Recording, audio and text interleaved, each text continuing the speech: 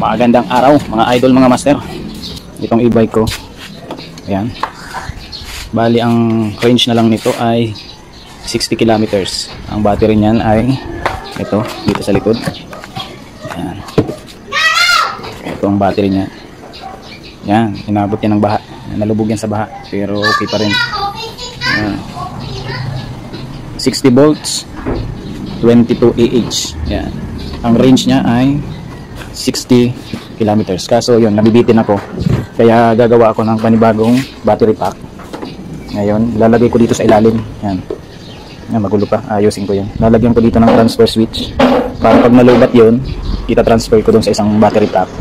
Yun, haba ng range nito, siguro kakayanin na nito ng mga 120 kilometers ang range, pero ang speed nito dati lang naman.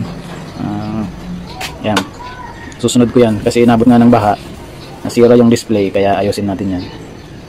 Order na lang ako ng bago. So sige, pakan na natin to.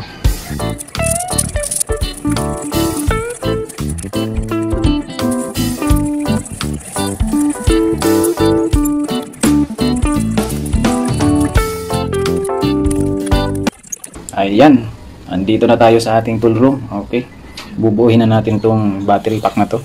60 volts, 22 Ah, 22 ampere hour. Tapos kakabit na natin tong BMS. Yan ang BMS niya. Ang BMS niya pala is JBD. Yan, 80 ampere.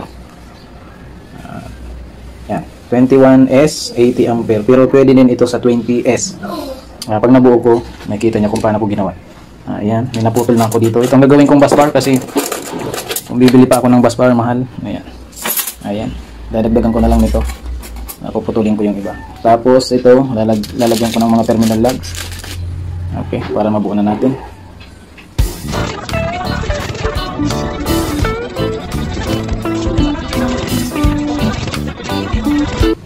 Ayan, yan, nabuo ko na. Nabuo ko na tong battery. Testingin natin kung ilang voltahe. Ayan, positive. Magkalapit lang yung positive sa negative. Ayan, 65.4 volts. Okay, ang susunod natin, ikakabit na lang natin itong BMS. Ayan, ikakabit na lang natin itong BMS. Ayan, yung mga wire, nalagyan ko na ng terminal lugs. Ayan. So, tirahin na natin ito. Ito, sinadya ko pala ito magkalapit lang, yung positive sa negative. Para madaling i-access. I-access pag nasa loob na nung, sa ilalim na ng U-box ng e-bike. Madali lang siyang i-test pag magkalapit lang yung positive sa negative. Pag minsan kasi, pag bumuo yung iba ng battery, nandito yung positive, banda rito yung negative. So, ito sinadya ko talagang magkalapit yung positive sa negative para madaling ikabit sa BMS at madaling i-access kung may problema.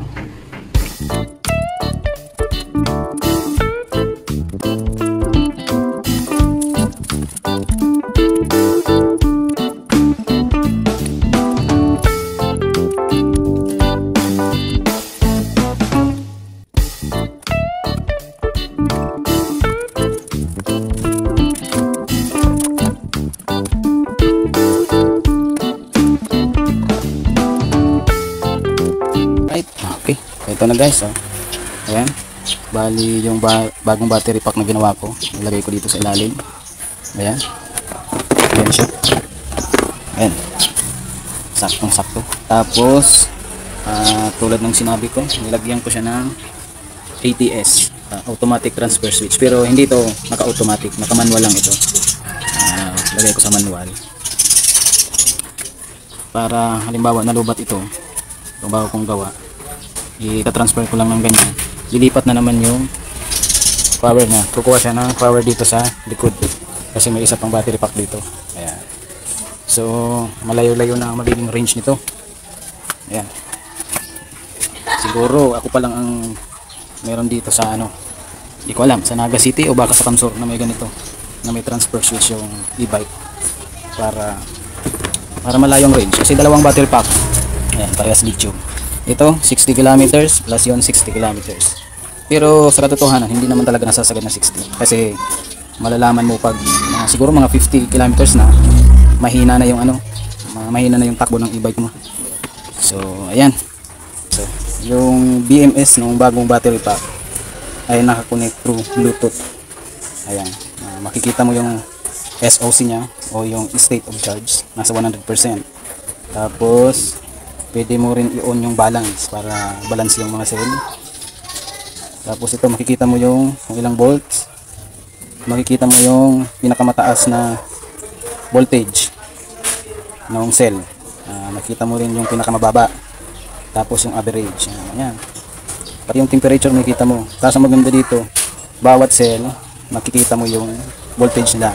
So malalaman mo kung aling cell yung mahina, yung madaling ma-discharge, at malalaman mo din yung cell na madaling ma-full charge. Tulad nito. Ito. 3.5. Samantalang yung iba 3.3. Meron itong control sa charge, sa discharge. Tapos masiset mo din yung mga parameters. Dito yung mga setting, function. Maganda. Pwede mong i-update yung firmware nito para updated siya. Tapos yung ginamit ko palang BMS ay 21S, pero yung battery pack ko ay 20S. So paano ko yung ginawa? Mayroong sinend na diagram si JBD. Ganito lang gagawin mo. Yan.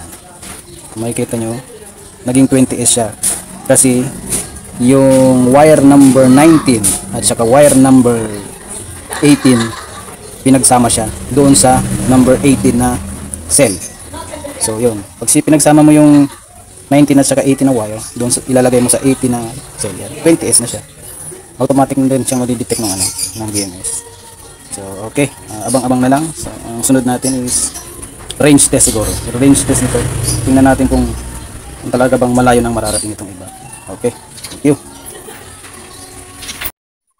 Okay, testing natin kung ilang voltahe yung battery ko na nasa loob. Positive, at saka ito negative. Nasa 66.5 yung bagong ginawa kong battery yung nasa loob. Tapos ito namang nasa likod. Tingnan natin kung ilang voltahe ito.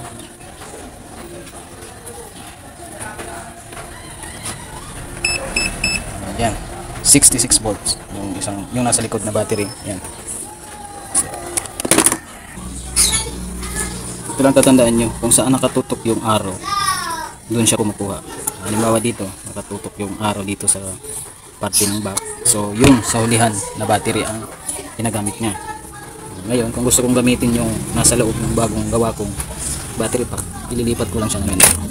So nakatutok siya dito, ibig sabihin itong side na to ang gumagana. So yung battery pack na nasa loob ang gumagana. Kasi ayan ito yung wire na connected dyan sa loob. Dito yan. Tapos ito namang isa, nakakunik ito dito. Ayan, tumagos dyan, papasok dito sa likod. So, yan. Maganda yung bagong gawa natin. Siguradong malayo na ang mararating ito.